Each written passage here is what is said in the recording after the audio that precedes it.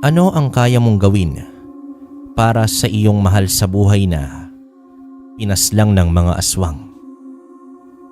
Handa mo kayang ibenta ang iyong sarili sa dilim para lamang mapatay ang pumatay sa kanila? Tunghayan natin ang kwento ni Mando, isang antingero na berdugo, at kung papaano niya nilabanan ang mga aswang. Bago natin ituloy ang kwento mga kabaryo at kalakbay, sa mga hindi pa nakapag-subscribe sa ating channel, pindutin lamang ang subscribe button para updated kayo sa mga kwentong inilalabas namin. Yun lamang mga kabaryo. Maraming salamat. Magandang umaga po sa inyo, Sir Proy at Sir Ray, at sa lahat ng masugid na nakikinig dito sa inyong programa. Isang karangalan na mapaunlakan ang aking kwento ngayong araw. At hindi na ako makapaghintay na maisabuhay muli ninyo ang aking mga alaala sa nakaraan. Bago ang lahat ay sisimulan ko ang aking kwento kung papaano at saan nagsimula ang lahat. Ako nga pala si Mando Cabarrio, taong 1967, sa edad na 13, ay masasabi ko na matalas na ang pag-iisip ko dahil sinanay ako ng aking ama na maging matalas sa mga gagawin na desisyon sa buhay. Ang baryo namin ay napapaligiran ng matataas na mga puno at malawak na palayan. Kaya naman ang ikinabubuhay namin ay ang pagsasaka. Ang bahay ng mga tao sa aming baryo ay gawa naman sa kawayan at mga kahoy. Masaya ang mga tao sa aming baryo at halos magkakasundo ang lahat. Ngunit nagbago ito nang minsan ay may dumayo sa aming baryo na lingid sa aming kaalaman na may lahing aswang. Doon ay nasubukan ang kakayahan ng aking ama na isang antingero na kalabanin silang lahat.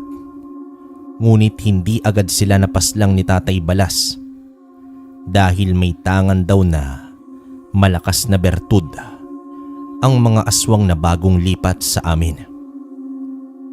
Dahil dito ay marami ang nagkakasakit sa aming baryo. Marami ang mga namatay na natatagpuan na lang na wala ng mga laman loob at puso o kaya ay sinisipsip ang kanilang dugo. Labis na nagdala ng takot ang mga pangyayaring iyon sa aming baryo at maging sa iba. Kung kaya't ang ilan sa amin ay lumipat na ng lugar. Pero meron pa rin na natira dahil hindi maiwan ang kanilang hanap buhay at ang kanilang lupa. Dito naman ay nagpasya si Tatay Balas na tapusin na ang pamilyang aswang na lumipat sa aming baryo. Isang gabi nun ay sumugod siya sa bahay ng pamilya ng mga aswang. Napaslang ni Tatay ang asawa at ang isang anak ni Manong Emong. Subalit hindi niya napaslang itong si Manong Emong at Mang Rodel na kapatid ni Manong Emong dahil sa sobrang lakas ng dalawa. Nasa bahay naman ako nun nila Tio Erning kasama si Lola Tekla. Malapit lang naman ang bahay nila sa bahay namin, kung kaya't minsan ay doon ako tumutulog sa kanila.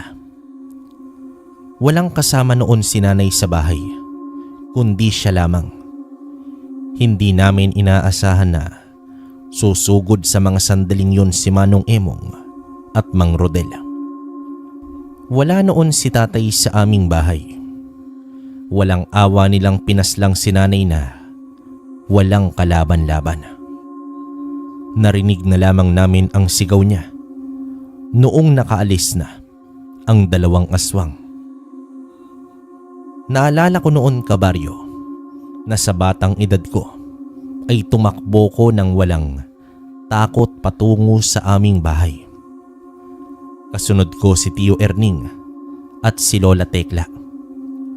Dala-dala ni Lola Tekla ang buntot ng pagi at si Tio Erning naman ay ang tabak na pinagawa pa niya sa isang magaling na panday. Sa maliliit kong hakbang paakyat ng hagdan ay hindi ko napigilan ang umiyak ng malakas. Pagtulak ko sa pinto ng bahay namin ay naabutan namin si nanay na naliligo na sa kanyang sariling dugo habang warak ang kanyang sikmura. Naabutan ko pa ito na nag-aagaw buhay. Agad ko siyang hinawakan sa kanyang kamay at ilang beses ko siyang tinawag para hindi siya tuluyan mawala ng malay. Hinawakan niya ang kamay ko ng sobrang higpit bago naman iyon pinisil. Ngumiti siya sa akin at sa nahihirapang sitwasyon ay binigkas niya ang mga salitang, "Mahal kita, anak." Pagkatapos niyang sabihin ang mga katagang yon, ay tuluyan na ngang na maalam sa amin si nanay. Walang tigil ang iyak ko ng mga sandaling yon habang si Lola Tekla at Tio Erning ay sinusubukan pa nilang gisingin si nanay. Pero sumuko na rin sila nang hindi na nagising ang aking ina. Nang gabing yon ay hindi makauwi si tatay.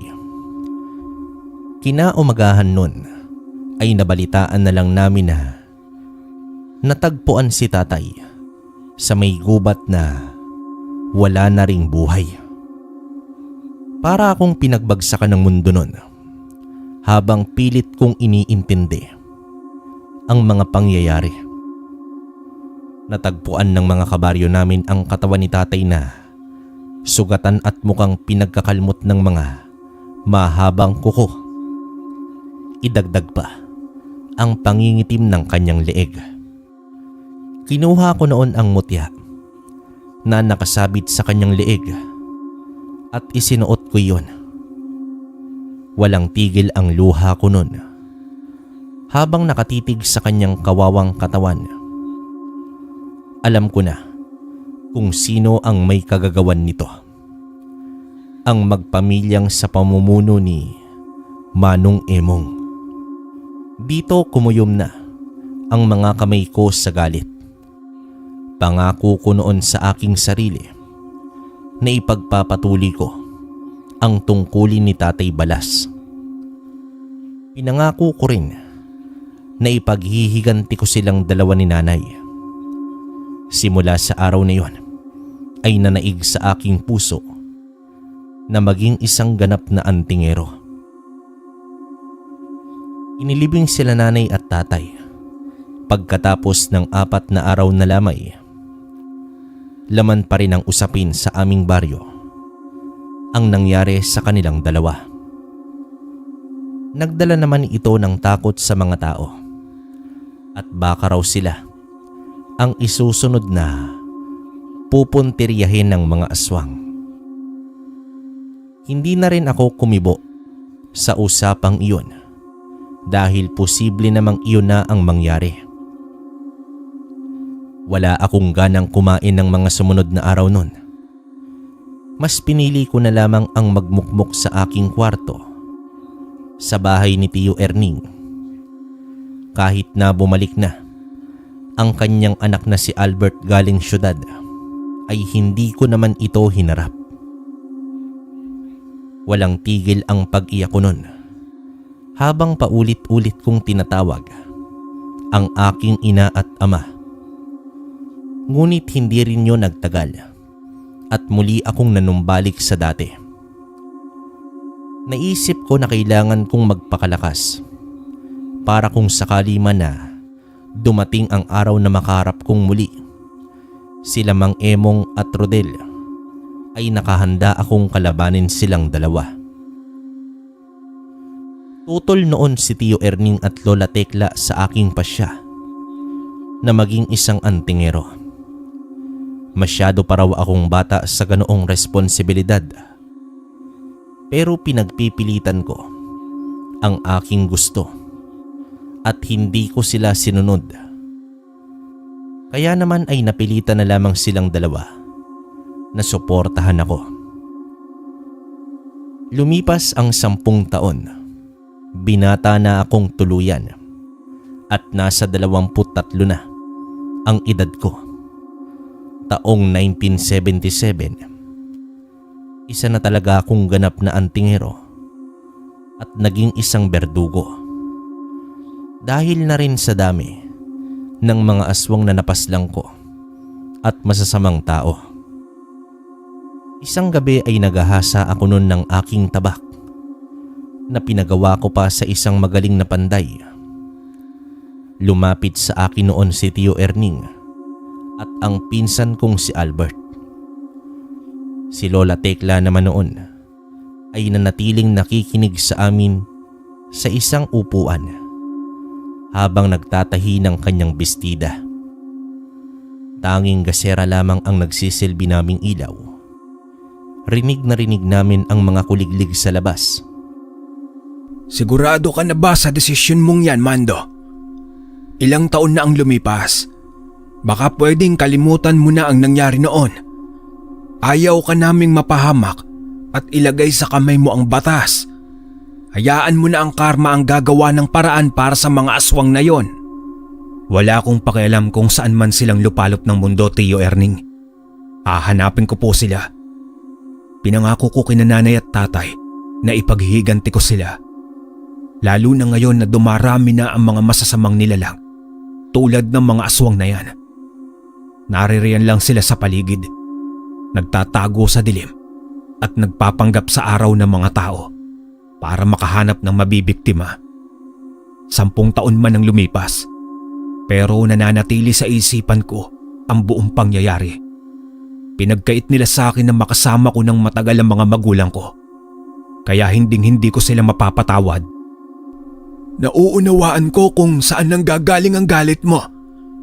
Ngunit hindi mo mawawala sa amin ang mag-alala sa'yo. Pamilya ka namin. Alam namin na may kakayahan ka at mutya ng agila.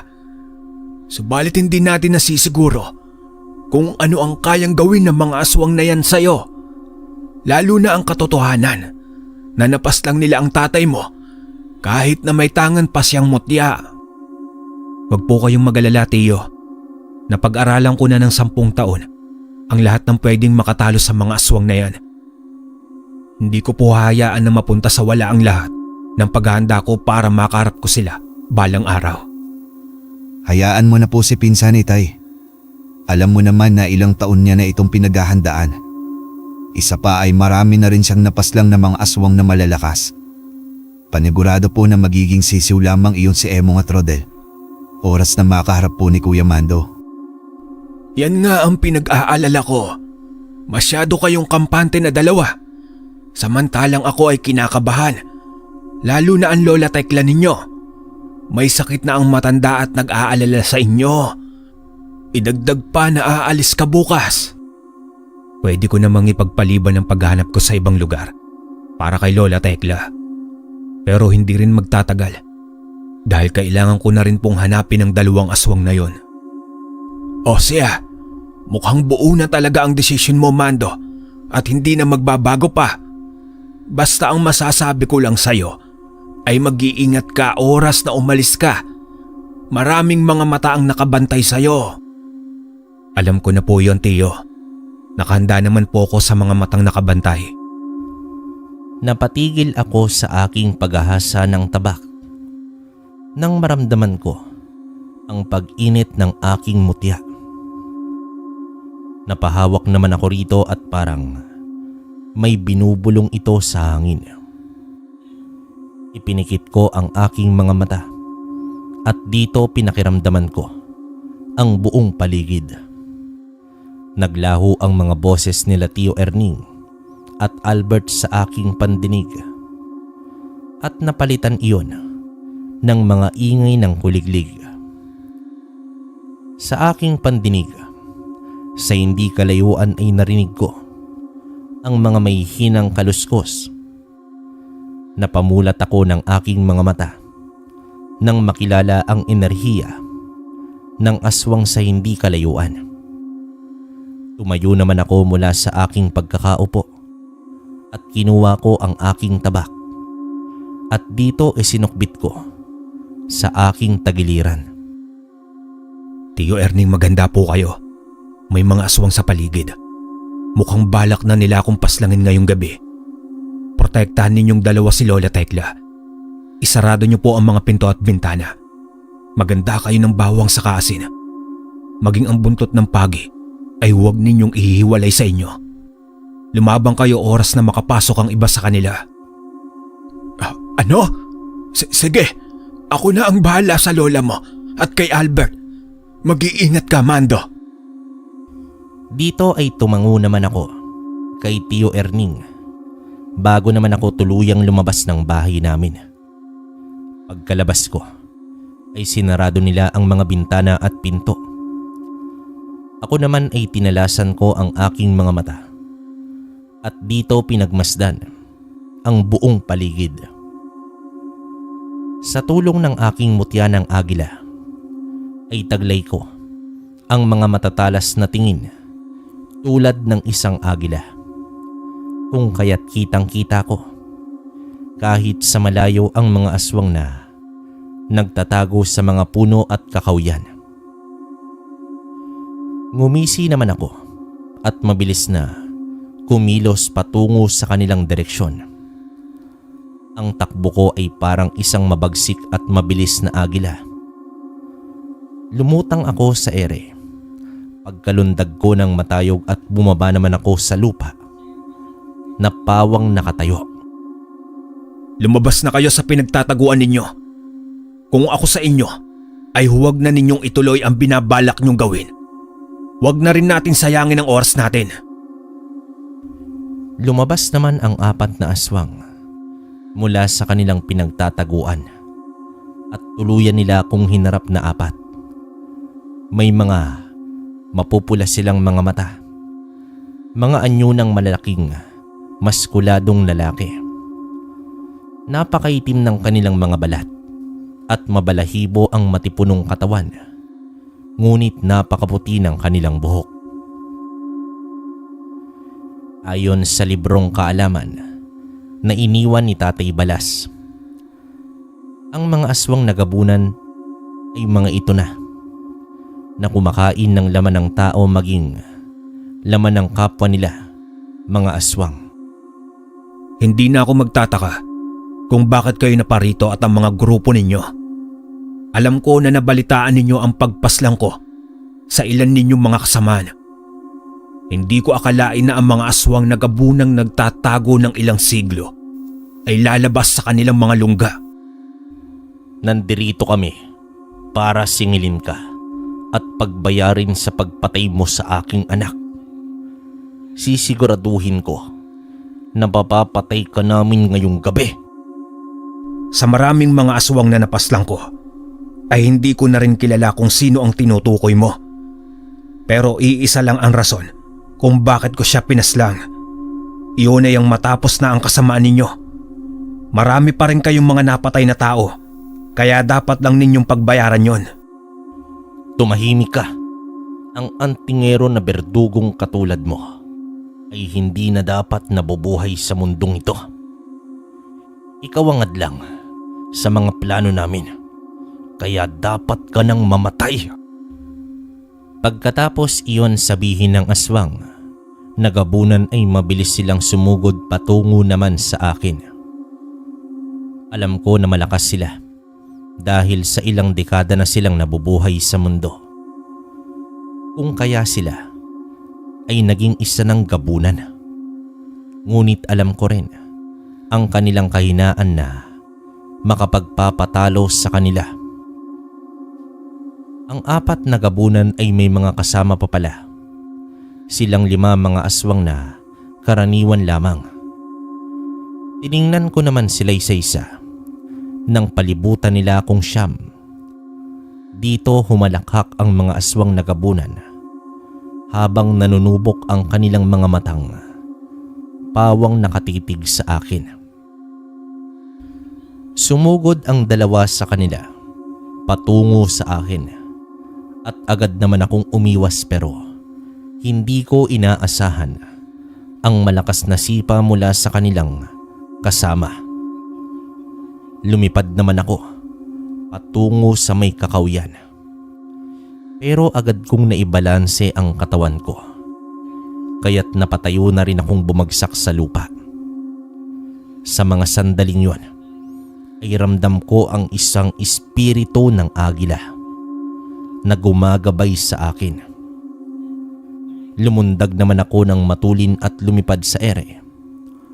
Sumigaw ako ng malakas habang bumubulusok patungo sa dalawang gabunan na malapit sa akin.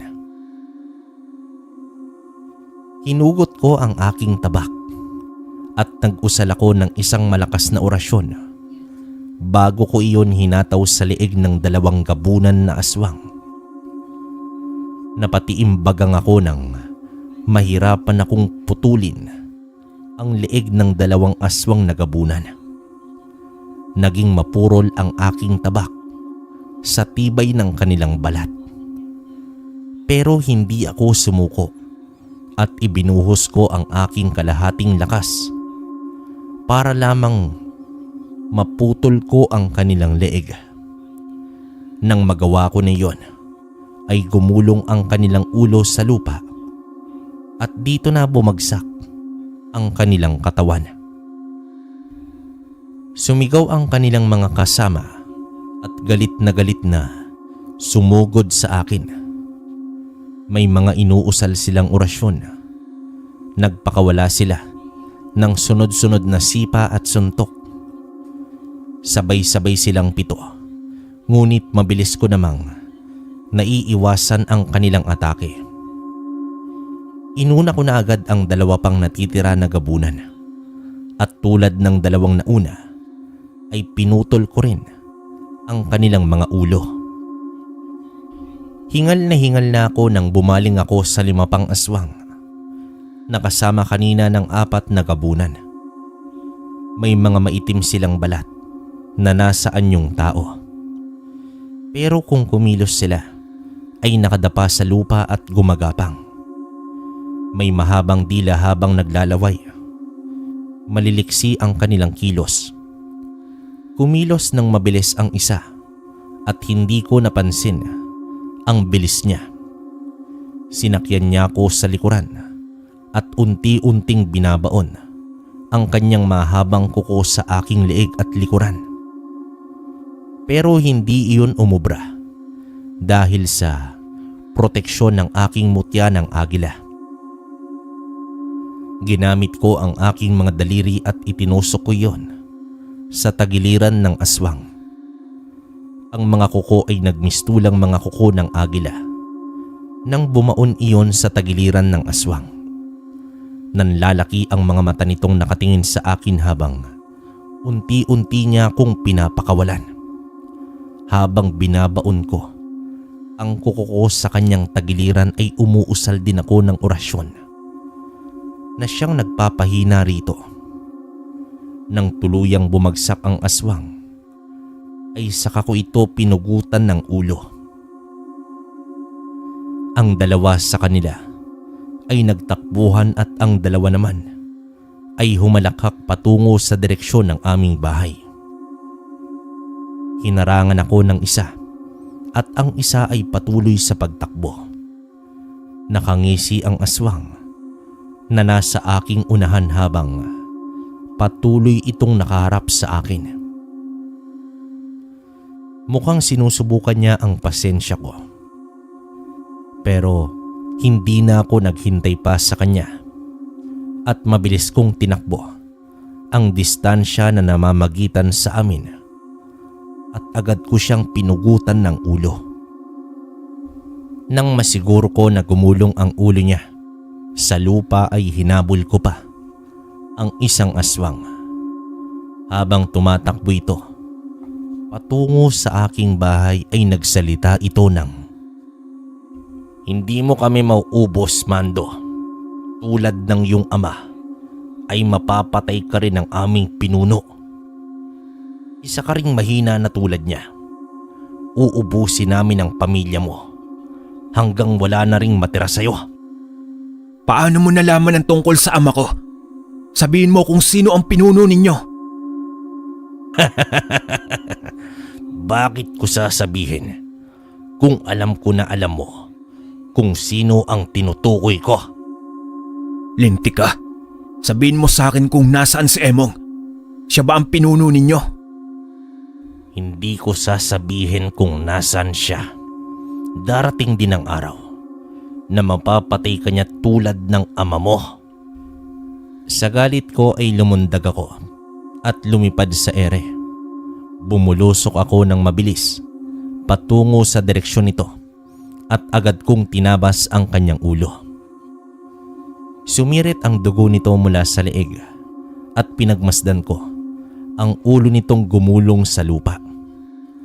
Habang pinagmamasdan ko ang paggulong ng ulo ng aswang sa lupa, ay bigla ko na lamang narinig na sumigaw itong si Tio Erning mula sa loob ng bahay.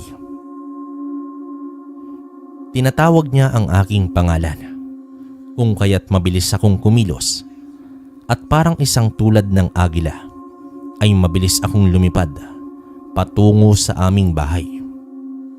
Sinipa ko ang pinto para bumukas iyon. At dito ko naabutan si Tio Erning na nasa kandungan niya si Lola Tekla na naliligo na sa kanyang sariling dugo. Si Emong, narito siya. Siya ang pumatay sa lola mo, Mando. Habulin mo siya.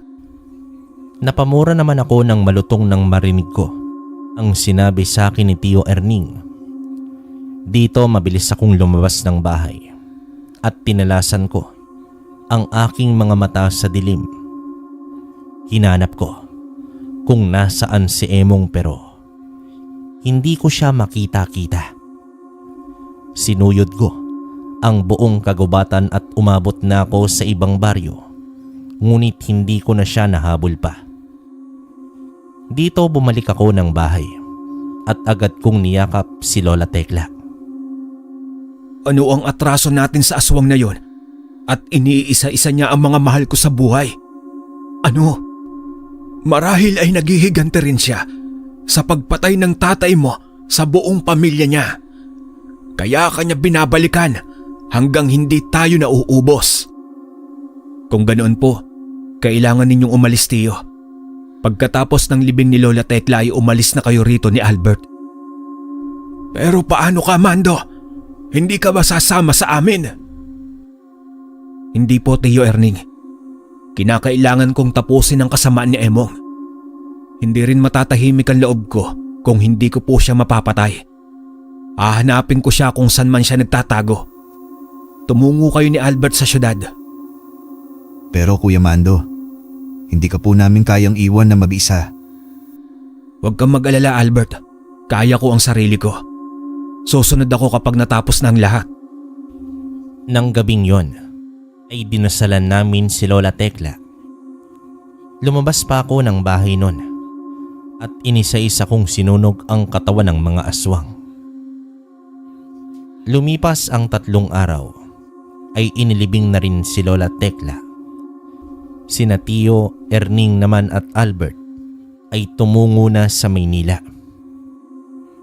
Naiwan akong mag-isa pero agad din akong nag-impake.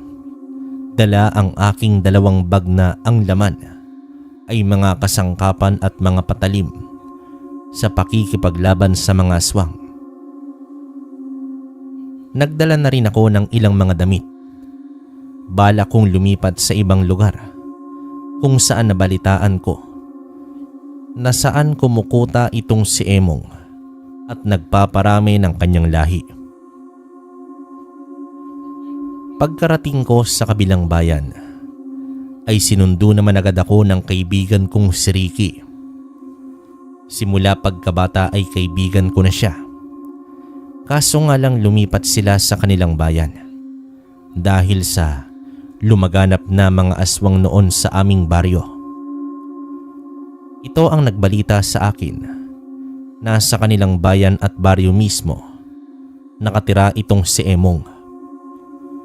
Habang sakay kami ng tricycle papasok sa loob ng kanilang baryo ay hindi niya maiwasan ang nagkwento tungkol kay Emong at sa kasamahan nito. Hindi na rin mapalagay ang mga tao sa aming baryo, Mando. Nagsisilipatan na nga ang iba. Gusto rin sana naming lumipat, pero may hirapan naman kami sa pagsimula. Kaya nagdadasal na lang kami tuwing gabi at naglalagay ng mga asin at bawang sa paligid para hindi kami salakay ng grupo ni Emong. Huwag kang mag-alala, Ricky, nandito na ako. Lumipat ako rito sa baryo ninyo para hanapin si Emong. Malaki ang atraso niya sa akin at sa pagkakataong ito, sisiguraduhin ko na mapapatay ko na siya.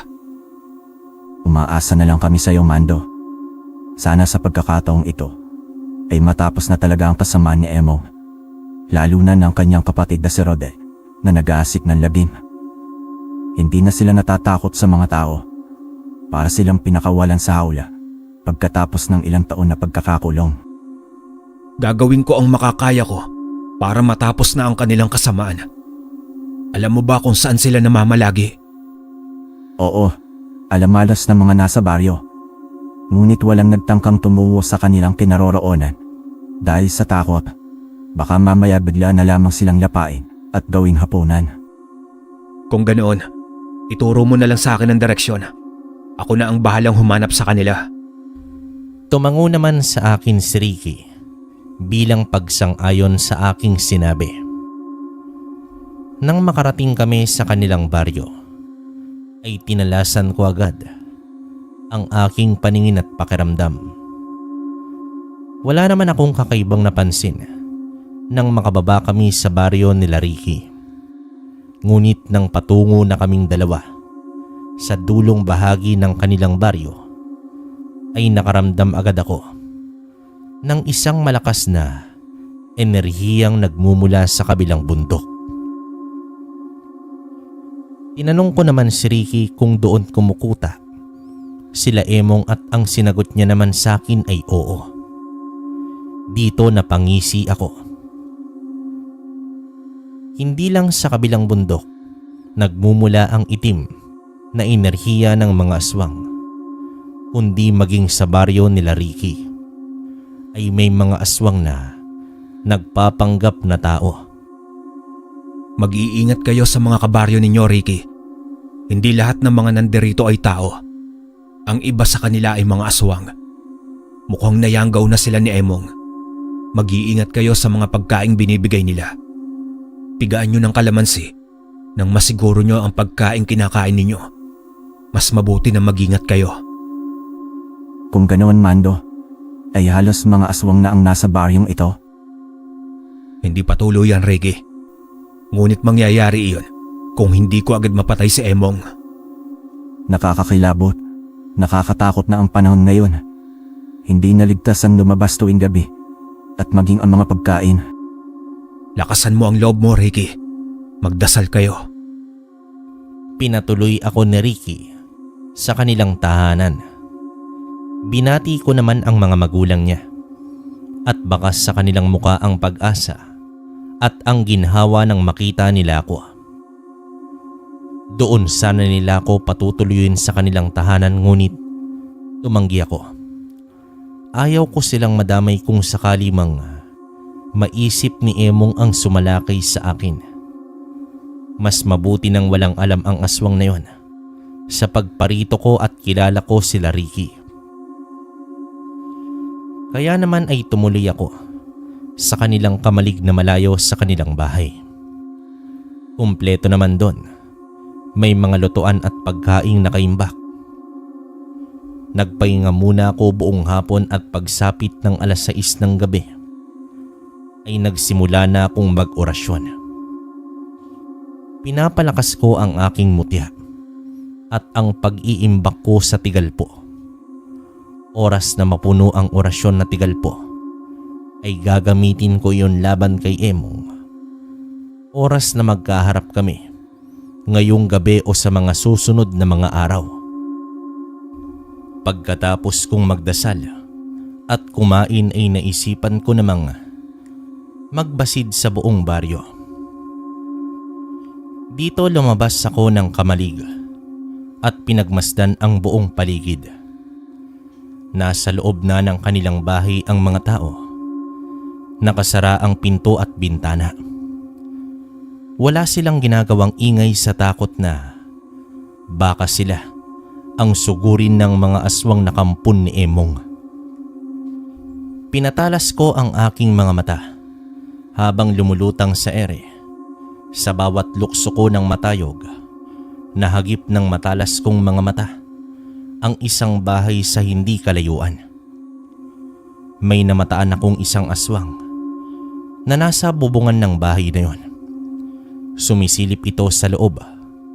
Kinuha ko naman ang aking tabak at mabilis kong pinalipad sa direksyon ng aswang. Tinamaan ang aswang sa likuran nito. Gulat na gulat ito habang pinapasadahan ang buong paligid.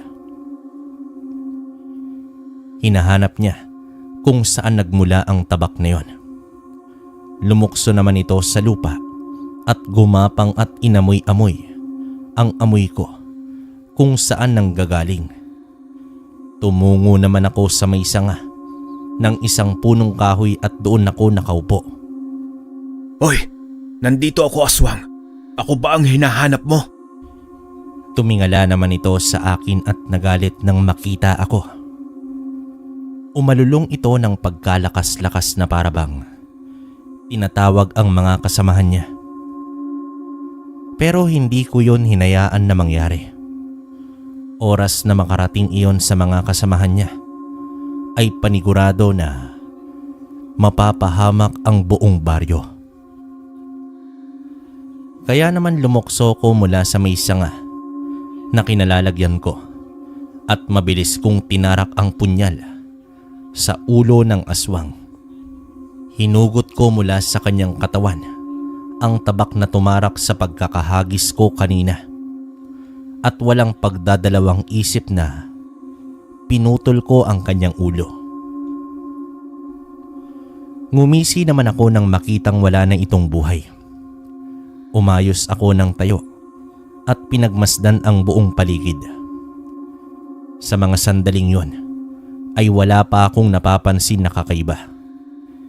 Pero habang palalim na ng palalim ang gabi, ay nababalutan na ng malakas na enerhiya ang buong baryo.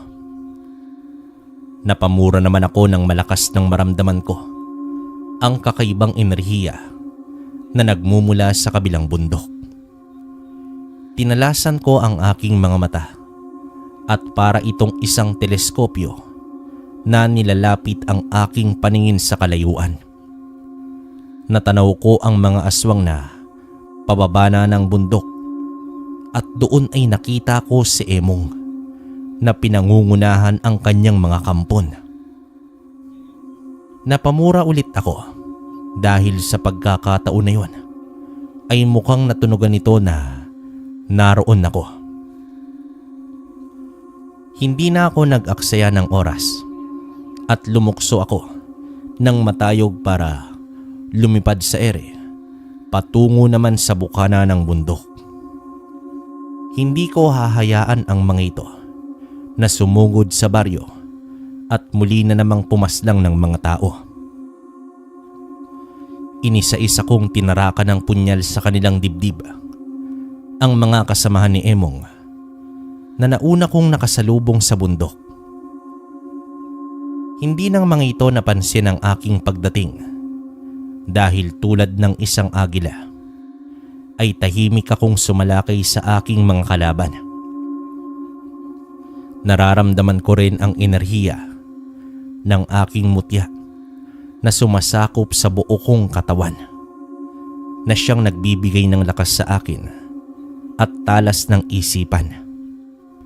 Pakiramdam ko ay naroon lang din ang gabay kong agila na nakaalalay sa aking likuran Habol ko ang aking hininga nang maubos ko ang 10 mga aswang na pababa ng bundok. Nasa kalayuan pa si Emong at ang iba nitong mga kasama. Iyon ang pagkakataon para magpakita sa kanila. Iyon din ang paraan para hindi na sila tuluyang tumungo pa sa baryo. Hinanap ng aking mga mata kung nasaan si Emong. Nang makita ko siya sa dilim, ay mabilis akong tumungo sa kanya.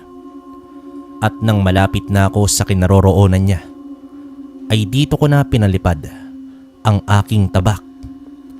Tumama iyon sa kanyang likuran, dahilan para tumigil siya sa pagtakbo ng mabilis. Kasama ang mga kampon niya. Hinanap nila ako sa paligid at napangisi ako nang hindi nila ako makita sa ibabaw ng puno ng mahogani. Lumukso naman ako mula sa aking pinagtataguan at hinarap ang likuran ni Emong. Mula roon ay hinugot ko na ang aking tabak dahilan para mapasigaw siya ng malakas. Sa dahang-dahang paghugot ko ng tabak mula sa pagkakabaon nito ay bumulong na ako sa hangin ng orasyon. Inunahan ko agad siya ng dungan ng sa ganon ay mapasunod ko siya sa gusto kong mangyari. Manghihina siya at madali ko na lamang siyang matatalo. Subalit hindi ko pa natatapos ang aking bulong sa hangin na orasyon nang mabilis akong sipain ng kanyang kapatid na si Rodel. Sa pagiging abala ko sa pag-iisip na unahing tumbahin itong si Emong, ay nakalimutan ko ang tungkol sa kanyang kapatid na si Rodel. Nakangisi naman ito nang bumangon ako mula sa pagkakabagsak ko sa lupa. Pinahid ko ang aking palad sa dugo na nasa gilid ng aking labi sa lakas ng pagkakasipa niya. Dito napatingin ako kay Emong nang tumatawa siya ng napakalakas. Kitang-kita ko ang pagkahilom ng sugat niya na gawa ng aking tabak. May itim na usok na nagmumula roon na parang hinihigop ang kalamnan niya. Kung hindi ako nagkakamali, sa aking pagkakaalala mula sa pagkabasa sa librong kaalaman ni tatay, ay isa iyong itim na mahika. Nang lumingon sa akin si Emong, ay nanlilisik ang mga mata niyang purong pula habang nakatitig sa akin ng mariin. Hindi mo ako mapapatay, Mando. Tulad ng iyong ama ay sisiguraduhin ko rin na mamamatay ka ngayong gabi. Wala kayong laban sa kalakasan ko. Pagbabayaran ninyo ang pagpatay sa pamilya ko. At ikaw na lang ang natira, kaya ikaw ang pahihirapan ko bago kita paslangin. Isang pagkakamali ang ginawa mong desisyon, Mando. Hindi mo na sana pinili ang maging isang antingero. Pinili mo na lang sana ang maging normal. Tapos ano? Hahayaan ko na maghari kayong mga aswang sa mundo? Hindi ko hahayaan na mangyari yon, Emong. Hindi ko hahayaan na mapunta sa wala ang pagkamatay ng aking ama. At kung may mamamatay man ngayon, sisiguraduhin ko na ikaw yon. Walang laban ng mutya ng agila mo laban sa akin, Mando. Alam ko na batid mo sa mga sandaling to. Nataglay ko ang itim na bertud at ang itim na mahika. Kakampi ko na ang mga demonyo. Hindi lang ako aswang, kundi isa na ring demonyo. Hindi mo ako mapapatumba. Anong laban ng mutya mo sa isang tulad ko na kampon ng kadiliman? Nakakatawa ka, Emong. Wala akong pakialam kung tawagin mo pa ang lahat ng demonyo sa mundo para tulungan ka. Dahil kahit kailan, hindi nagtagumpay ang kasamaan sa kabutihan. Yan ang akala mo, Mando. Isang kabaliwan ang paniniwala mong yan. Isa kang malaking tanga na antingerong nagpapapaniwala na ang kabutihan pa rin ang nananalo. Kung kabutihan nga, bakit nanalo pa rin ang kasamaan sa mundo? Kahangalan niyang iniisip mo. Kumuyom ang kamay ko dahil sa sinabing iyon ni Emong. Alam ko na may punto siya sa mga sandaling yon. Para na rin akong unti-unting nawawala ng pag-asa habang pinagninilayan ko ang mga sinabi niya. Ngunit agad kong nilabanan ang takot na namuo sa aking dibdib. Parang pakiramdam ko ay pinukaw ako ng aking gabay na agila mula sa mga isiping yon at muling pinalakas ang aking loob. Tumahimik ka. Nasasabi mo lang yan dahil marami kang napatay na mga tao at nabiktima. Pero kung titignan, hindi ka nanalo, Emong. Namatay ang pamilya mo at nawala halos ng mga kampon mong mga aswang. Wala akong pakialam. Ang mahalaga na lang ngayon sa akin ay ang patayin ka. Mabilis siyang sumugod patungo sa akin. Inaasahan ko na rin ang pag-atake nila ng sabay-sabay kasama ang kapatid niyang si Rodel. Pero hindi ko yon hinayaan na mangyari. Lumundag ako ng mataas at saka naman ako umakyat sa puno ng mahogany.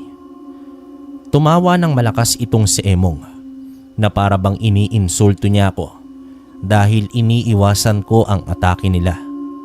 Pero hindi niya alam na kumukuha lamang ako ng pagkakataon para isa-isahin silang lahat. Dito mabilis kong kinuha ang aking punyal sa aking bewang. Tiningnan ko ang mahaba kong mga kuko at nag-usal ng isang malakas na orasyon. Nang maramdaman ko ang init na enerhiyang nagmumula sa mutya ng agila, ay mabilis naman akong lumundag. Lumipad ako sa hangin abang isa-isa kong tinarak sa dibdib ng mga kampo ni Emong ang punyal na aking hawak. Sunod-sunod ang mga ito na nagbagsakan sa lupa. Hindi pa ako nakontento at pinagputol ko ang kanilang leeg gamit ang aking tabak. Nang huminto naman ako sa lupa ay binalingan ko si Emong at Rodel. Kitang-kita sa mga mata nila ang gulat. Napatras din ang ilan sa mga kampon niya na para bang takot na mapaslang ko rin sa mga sandaling yon. Dito na sumenya si Emong sa mga kampon niya upang sugurin ako. Hindi nagdalawang isip ang mga ito na sumugod. Pinagtulungan nila akong sipain sa kasuntukin. Iniiwasan ko ang atake nila. Subalit may pagkakataon na hindi ko naiwasan kung kaya't napapatumba ako at tumitilapon sa may kakawyan. Pero agad din naman akong tumatayo at muling lumalaban. Noon ay napansin ko si Emong habang abala ko sa pakikipaglaban na lumuhod siya at itinaas ang dalawa niyang kamay sa ere. Kung hindi ako nagkakamali, ay gumagawa sila ng kanyang kapatid ng isang masamang orasyon. Makaraan ang ilang sandali ay nakaramdam ako ng pananakit sa aking sikmura. Umakyat iyon hanggang sa aking ulo at puso. Napasinghap naman ako nang maramdaman ko ang pagbagal ng tibok ng aking puso. Dito napaluhod ako ng mahina. Hindi ko man lang maigalaw ang aking mga kamay kahit na anong pilit kong paggalaw roon. Maski ang aking paa ay hindi ko rin maikilos. Ang buo kong katawan ay tila namamanhid na. Hindi ko akalain na gagamitan ako ni Emong ng itim na orasyon na siyang purong makapangyarihan. Noon ay napatunayan ko na talagang isinanla niya ang kanyang kaluluwa sa demonyo para lamang makamtan ang ganoong kakayahan. Humugot naman ako ng hininga kahit na nanginginig at namamanhid ang aking buong muka at panga ay pinilit kong umusal ng orasyon para naman pukawin ang aking mutya at palakasin iyon. Hindi na ako tumigil sa pagbigkas ng mga salita hanggang sa unti-unti kong naramdaman ang pagsakop ng malakas na enerhiya sa aking buong katawan. Pakiramdam ko, ibinuka na ng agila ang kanyang malalaki at malalakas na pakpak at ang kanyang matutulis na mga kuko. Dahan-dahan naman akong tumayo hanggang sa tuluyan ko nang naigagalaw ang aking buong katawan. Kita ko naman ang gulat sa mga mata nila Emong at Rodel, pero hindi sila tumigil sa pagbigkas ng kanilang orasyon. Tinawid ko ang aming distansya at mabilis ko silang hinatawan ng aking hawak na tabak. Subalit, agad din naman silang nakaiwas na dalawa. Sinundan ko sila, ngunit agad din akong hinarangan ng kanilang mga kampon. Inisa-isa kong pinagtataga ang mangito ng tabak. Wala akong tinira sa kanila, kahit ni isa. Ngayon ay nakikita ko na ang ama mo sa iyo, Mando. Ganyan na ganyan din siya nang magalit sa akin noong hindi niya ako matalo-talo. Magkapareho man ang anyo namin at kapangyarihan, pero hinding-hindi pareho ang kapalaran naming dalawa. Namatay si tatay na may dangal at nailigtas niya ang mga tao mula sa inyong mga aswang. Ako, mananalo ko na may dangal na nailigtas ko ang mga tao sa baryo na ito. Inaasahan na namin na darating ka sa baryo na ito, Mando. Kaya pinaghandaan ka namin ng kapatid ko. Alam namin na hinding-hindi ka basta matatalo. Alam naming malalabanan mo ang itim naming mahiga. Pero nasisiguro namin na hindi mo malalabanan ang nilalang na katulad namin. Ano ang ibig mong sabihin? Titigan mo kaming mabuti, Mando. Tignan mo kami kung paano kami maging isang ganap na aswang na halimaw. Masyado na kayong nilamon ng kasamaan, Emong. Isang pagkakamali ang magpasakop kayo sa kasamaan na hindi ninyo kakayaning labanan. Isang malutong na tawa ang ibinigay sa akin ni Emong at Rodel. Unti-unti silang lumutang sa ere habang nakapatong sa isang makapal na itim na usok. May binibigkas silang Latin na salita na hindi ko na lubos maunawaan sa mga sandaling yon. Ngunit hindi ko na hinintay pa na masakop sila ng kasamaan, kung kaya't sinubukan ko silang lapitan para tagain ng ibalibag ako sa may kakawiyan ng isang malakas na enerhiya. Dito na ako bumagsak sa lupa at napangiwi sa pagkakatama ng aking likuran sa isang kahoy. Tumayo naman ako at pinagmasdan ko ang katawan nila Emong at Rodel na nakatayo sa ere habang nilalamon sila ng itim na usok. Isinuko na nilang tuluyan ang kanilang kaluluwa sa demonyo para magkaroon ng wagas na kapangyarihan. Ngunit hindi nila batid na pagkatapos nun ay mamamatay silang dalawa at susunugin ang kanilang katawan sa impyerno. Dito kinuha ko na ang aking tabak at umukit ng isang malaking bilog sa lupa. Gumuhit ako ng ilang simbolo roon na nabasa ko sa librong kaalaman ni tatay. Nang matapos ko ang ilang simbolo sa bawat sulok ng bilog na ginawa ko, ay agad naman akong lumuhod doon sa gitna. Pinagsiklop ko ang aking dalawang palad para dumikit at ipinikit ko ang aking mga mata para damhin ang dasal na aming binibigkas. Pagbigkas ko sa panimulang panalangin ay muli kong binuksan ang aking dalawang palad at ipinaloob doon ang mutya ng agila. Nang masiguro ko na nasa gitna na ng mga palad ko ang mutya ng agila, ay muli kong ipinikit ang aking mga mata. Nanalangin ako ng isang malakas na orasyon na siyang malakas sa lahat. Ginagamit ito ng isang matandang albularyo at antingero na siyang maalam sa lahat. At masaya ako na natutunan ko ito dahil sa librong iniwan sa akin ni tatay. Binigkas ko ng mabilis ang mga salita at ang panalangin. Sa bawat bigkas ko ay para bang naiipon ang enerhiya nun sa aking mutya sa sobrang init nito sa aking palad. Pero kahit pakiramdam ko ay parang nasunog na ang aking balat, ay wala akong pakialam.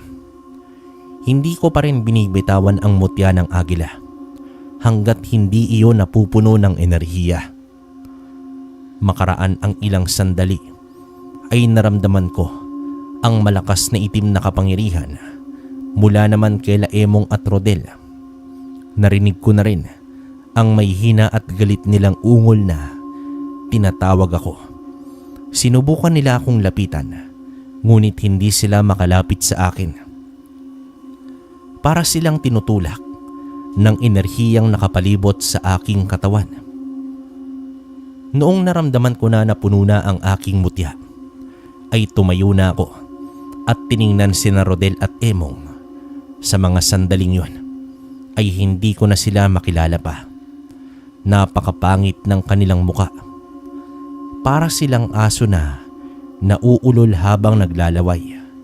May sungay na 2 sa kanilang noo, habang ang kamay nila ay may matutulis at mahabang kuko. Mabilis silang kumilos at hindi ko napansin na nakalapit sa akin. Pero kahit anong lapit ang kanilang gawin, ay hindi naman nila ako nasasaktan. Anong ginawa mo, Mando? Anong klase ng orasyon ang ginamit mo para hindi ka namin masaktan? Sinabi ko na sa inyo kanina pa, ginawa nyo lang na mga tanga ang sarili ninyong dalawa. Ibinenta ninyo ang kaluluwa ninyo sa demonyo. Ngayon dahil sa ginawa ninyo, ay hindi talaga kayo makakalapit sa akin. Malakas ang pananampalataya ko sa Diyos at ginawa kong dasal kanina ay humingi ako sa Kanya ng tulong para matalo ko kayo. Lumapit naman ako sa kanilang dalawa at ibinaon ko ang aking punyal sa dibdib ni Emong. Habang binabaon ko ng unti-unti ang punyal, ay umuusal ako ng dasal. Humiyaw sa sobrang sakit itong si Emong. Nagpupumiglas siya, pero hindi ko siya hinayaan na makaalis mula sa pagkakabaon ko ng punyal. Mas nilakasan at binilisan ko pa ang aking dasal hanggang sa unti-unti ay nanlaki ang mga mata ni Emong.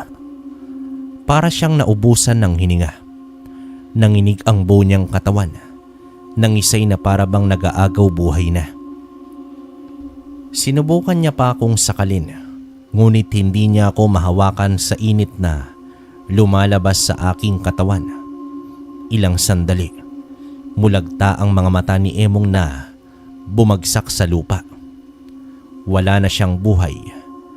Pinulot ko ang aking tabak at walang emosyon na pinutol ang kanyang ulo. Pagkatapos ko yung gawin, ay binalingan ko si Rodel na noon ay galit na galit. Sinugod niya ako, ngunit agad akong nakaiwas sa atake niya. Muli siyang sumugod sa akin at noon ay hindi na ako umiwas. Natigil sa ere ang kanyang kamay na akma sanang sasaksak sa akin. Napasigaw siya nang hawakan ko siya sa kanyang pulso. Nagpumigla siya dahil para siyang nasusunog dahil sa init na nagmumula naman sa aking palad. Wala na akong hinintay na sandali at ibinaon ko na rin ang punyal sa kanyang dibdib. Gaya ng ginawa ko kay Emong, ay ganun din ang ginawa ko kay Rodel. Nang bumagsak ito sa lupa, ay agad ko rin siyang pinugutan ng ulo. Kumuha naman ako ng posporo at sumindi ng apoy para sunugin ang kanilang bangkay. Sa mga sandaling yon, ay ramdam ko ang panghihina ng aking katawan. Masyado kong nagamit ang aking normal na lakas kanina sa dasal kong kaya't medyo hilo ko pagkatapos ng laban. Nang matapos kong masunog ang bangkay ng mga aswang, na aking napaslang ay sinubukan kong umuwi sa Kamalig. Ngunit hindi pa ako nakakarating, ay bigla na lamang nandilim ang aking paningin at dito nawalan ako ng malay. Kinabukasan ay nagising na lamang ako dahil sa ingay sa paligid. Dahan-dahan kong minulat ang aking mga mata at liwanag ng araw ang sumalubong sa akin. Dito tiningnan ko ang aking katawan at pinakiramdaman ang aking sarili, ngunit wala namang masama na nangyari sa katawan ko maging sa loob ko. Bumuntong hininga ako, saka ako napahilamos sa aking muka. Nang pagmasdan ko ang aking kinaroroonan, ay napagtanto ko na nasa bahay na ako nila Ricky. Mabilis naman akong bumangon mula sa katre at lumabas ng kwarto. Naabutan ko noon si Ricky at ang kanyang ina at ama na naghahanda na ng pagkain sa mesa. Binati ko silang lahat. Kinamusta naman ako ng ina ni Ricky at sinabi ko naman na ayos lang ako. Ngumiti ito sa akin at maging ang tatay ni Ricky. Pagkatapos nun ay pinahanda na nila ako at mag-uumagahan na raw. Si Ricky naman ay lumapit sa akin at hinila ako pabalik sa kwarto na pinanggalingan ko. Agad niyang sinara ang pinto at hinarap ako. Kumusta ang pakiramdam mo, Mando? Wala bang masakit sa'yo? Wala naman, Ricky. Ayos na ang pakiramdam ko. Magaan at pakiwari ko ay malakas pa ako. Nakita kita kaninang umaga. Maaga kasi ako nagising. Tumungo ako sa kamalig at nakita ko na wala ka roon. Kaya hinanap kita. Hanggang sa nakita na lang kita sa gubat na nakahandusay at natutulog. Akala ko ay namatay ka na. Kaya napahinga ako ng malalim. Nang marinig ko na humihili ka. Pambihira ka talaga. Ano ba ang nangyari? Ano, nakaharap mo ba sina Emong? Wala na kayong dapat na ipag-alala pa, Ricky. Ligtas na ang baryo na ito mula sa kanya. Ngunit hindi pa kayo dapat na maging kampante. Nandyan pa ang ilan sa mga kampon niya na umaaligid sa paligid. Kailangan pa rin natin mag-ingat. Ngunit ang mahalaga ay wala na ang kanilang pinuno. Maraming salamat sa iyo, Mando. Nang dahil sa iyo ay hindi na malalagay sa kapahamakan ang baryong ito. Walang anuman. Sa ngayon ay kailangan ko na muna magpahinga. May kailangan din kasi akong puntahan. Masaya ako dahil nabigyan ko rin sa wakas ng hustisya ang aking mga magulang. Masaya rin ako para sa iyo, Mando. O siya, bago ka tumungo sa pupuntahan mo ay mag-almusan na muna tayo. Baka naiinip na rin si nanay sa paghihintay sa atin. Dito napangiti na lamang ako sa sinabing iyon na Ricky. Sabay nga kaming lumabas ng kwarto at kumain ng agahan. Pagkatapos nun ay namaalam na rin ako sa kanya at sa kanyang mga magulang. Nabanggit ko rin sa kanila na lilipat na akong tuluyan sa kanilang baryo dahil kinakailangan ko pa silang protektahan laban sa mga kampon pa ni Emong. Pero ang malaga sa akin ng mga sandaling yon ay wala na ang aswang na siyang kinatatakutan ng lahat. Pagkagaling ko sa baryo nila Ricky ay tumungo naman ako sa aming bayan. Pumunta naman ako sa sementeryo kung saan nilibing sila Nanay Tatay at Lola Tekla. Daladala ko ang bulaklak at kandila na binili ko.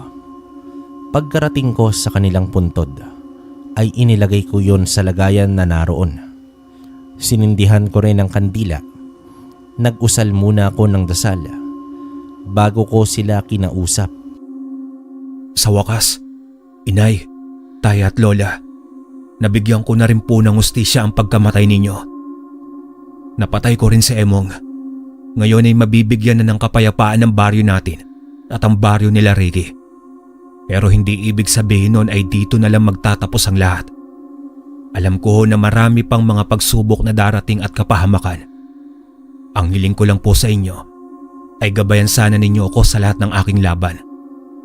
Tulungan niyo ako na matupad pa ang mga misyon na darating sa aking buhay at mapagtagumpayan kong tapusin ang aking tungkulin. Nay, Tay, Lola, mahal na mahal ko po kayo. Pagkatapos kong kausapin sila, ay nag-usal muli ako ng dasal para sa kanilang kaluluwa. Nagtagal muna ako roon ng ilang sandali hanggang sa nagpaalam na ako sa kanila. Pagdating kong muli sa bayan ay nagrenta ako ng telepono para tawagan ko sila Tio Erning sa Maynila. Nang sagutin ni Tio ang aking tawag, ay ibinalita ko sa kanila ang pangyayari. Gusto sana niyang bumalik sa amin dahil nag-aalala siya sa akin pero pinigilan ko ito. Sinabi ko sa kanya na mas mabuting kasama niya ang kanyang pamilya. Pinangako ko rin sa kanya na tutungo ko sa Maynila. Oras na matapos ko ang dapat kong tapusin sa amin. Wala nang magawa si Tio Erning kundi ang pumayag. Binilinan niya ako na mag-iingat at hihintayin niya ako sa pagdating doon sa may syudad. Matapos nga ang aking misyon na natira sa aming baryo at kay Lariki, ay dito na ako lumuwas ng Maynila, kabaryo. Hanggang sa dito na ako nagkaroon ng asawa at tumanda. Hanggang ngayon ay ginagamit ko pa rin ang mutya ng agila oras na may nangangailangan ng tulong. Hanggang dito na lang ang kwento ko, kabaryo at kalakbay. Naway nagustuhan nyo. Maraming salamat sa inyo. Wakas.